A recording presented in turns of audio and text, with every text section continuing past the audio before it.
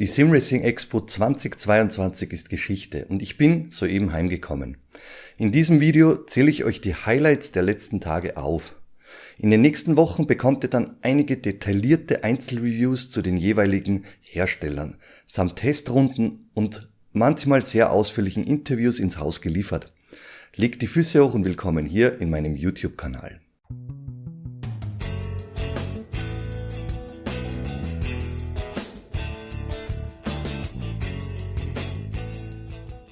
Zu Beginn wie gewohnt der Disclaimer. Zuallererst möchte ich mich bei meinem Kumpel Daniel bedanken. Ohne dich, lieber Dani, wären diese großartigen Aufnahmen nicht möglich gewesen. Danke, dass du wieder mit dabei warst. Wir haben sämtliche Reise- und Hotelkosten selbst getragen und wie gewohnt gibt es keine Auflagen oder Vorgaben bei meiner Berichterstattung. Station Nummer 1 war Samstagvormittag der Stand von Cube Controls. Zu diesem Besuch wird es in den nächsten Tagen ein sehr ausführliches Review wie auch von vielen anderen Stationen geben. Doch in unserem Highlight-Video, jetzt mal kurz zusammengefasst, haben wir über neue Lenkräder gesprochen. Es wird ein neues Flaggschiff geben und an unterschiedlichen Griffmaterialien wird bereits gearbeitet, die stehen kurz vor dem Release.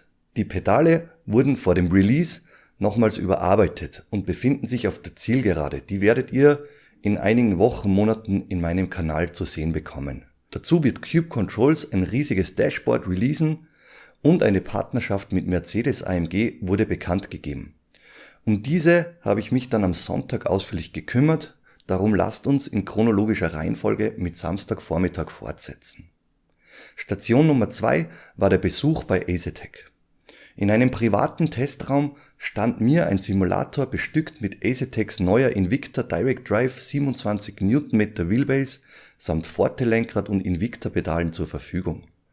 Eine Stunde lang konnte ich Runden drehen und viele Einstellungen durchtesten. So viel kann ich an dieser Stelle bereits verraten, die Ersteindrücke waren sehr gut.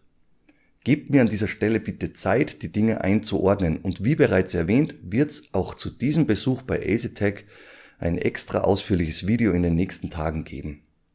Direkt nach den Testrunden ging es weiter zum Asetek Stand, wo ich mit Aseteks CEO André ein sehr ausführliches Interview abgedreht habe.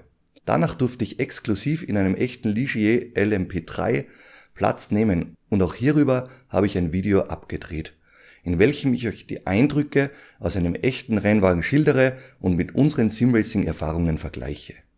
Station Nummer 3 war ImSim, ein Unternehmen, welches ich euch neu in meinem Kanal vorstellen werde.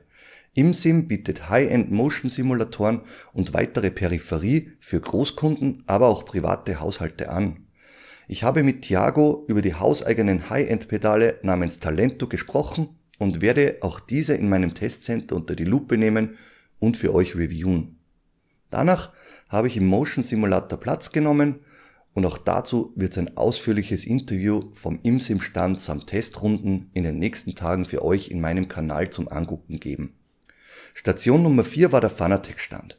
Ich habe das neue Podium WRC-Button-Module im Rallye-Einsatz getestet und einige Erfahrungen für euch abgedreht. Dann habe ich das Bentley Wheel genauer unter die Lupe genommen und in diesem Zuge werden wir dann sehr ausführlich über den neuen Quick Release 2 sprechen. Am Messestand sind mir ein paar Dinge aufgefallen, die ich euch in den nächsten Tagen in einem eigenen Fanatec Simracing Expo Review zusammenschneiden und hochladen werde. Station Nummer 5 war der Besuch bei Ascher Racing. Ich habe mich sehr ausführlich mit Martin Ascher unterhalten und Martin hat mir viel über seine neuen Produkte erzählt. Es werden neue Lenkräder mit neuen Features bereits in Q1 2023 an den Start gehen und eine Partnerschaft mit McLaren resultiert in nahezu serienreifen High-End Wheels, die wir nächstes Jahr erleben dürfen.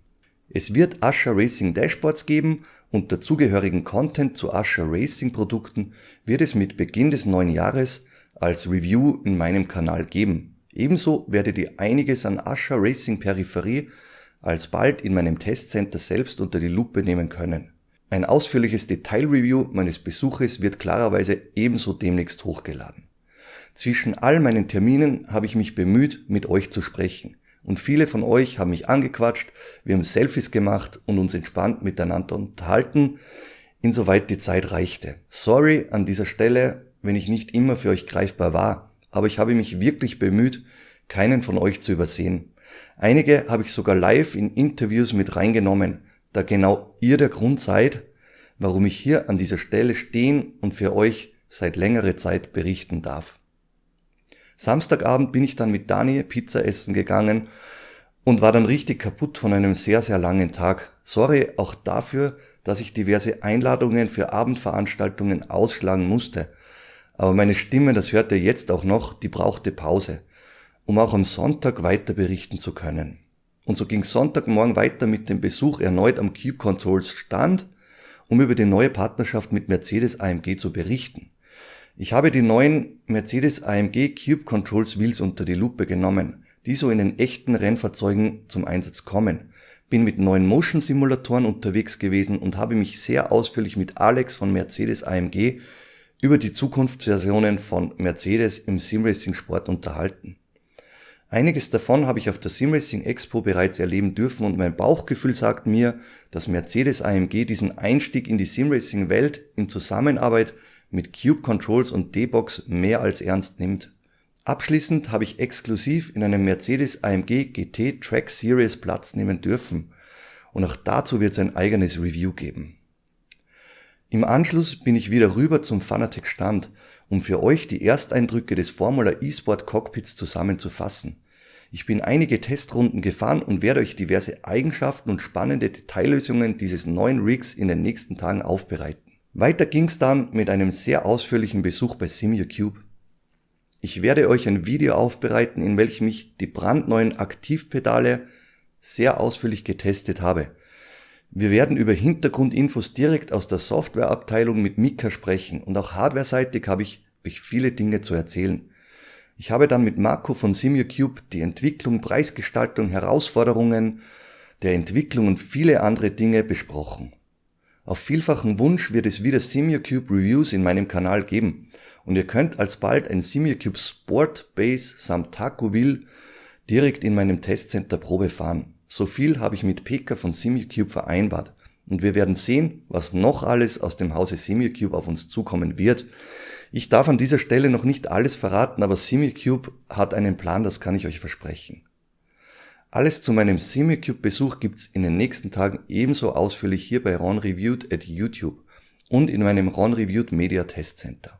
Im Anschluss habe ich mit Eau Rouge gesprochen und ein Testvideo des belüfteten Sitz Cold Fusion C1 angeteasert. Diesen habe ich bereits seit 2 bis 3 Wochen im Testeinsatz und werde euch ein wie gewohnt detailliertes Review rund um den Jahreswechsel ins Haus liefern. Kimberly hat mir einiges verraten und wir haben über die hauseigenen Rigs und ein High-End Wheel gesprochen. Ein ausführliches Review zu Eau Rouge folgt ebenso demnächst. Und am Schluss habe ich meinen Lieblings-YouTuber und mittlerweile Freund im echten Leben, Lukas von 42 Sim Studio, getroffen. Und wir haben uns gemütlich und ungezwungen miteinander unterhalten. Ich habe die Kamera angeschmissen und wir haben die Messe Revue passieren lassen. Unser Gespräch, das hat über 10 Minuten gedauert. Dazu gibt's ein Video alsbald. Dani hat mich dann im Anschluss schnell nach Hause gebracht, damit ich noch heute Nacht ein Highlight-Video für euch zusammenschneiden kann. Vielen Dank fürs Dabeisein und die coolen Unterhaltungen mit euch im echten Leben. Ich habe die nächsten Wochen sehr viel um die Ohren. Es wird die Einzelreviews zu den Simracing Expo Besuchen bei diversen Herstellern geben und dazu die üblichen Reviews aus meinem Simracing Testcenter.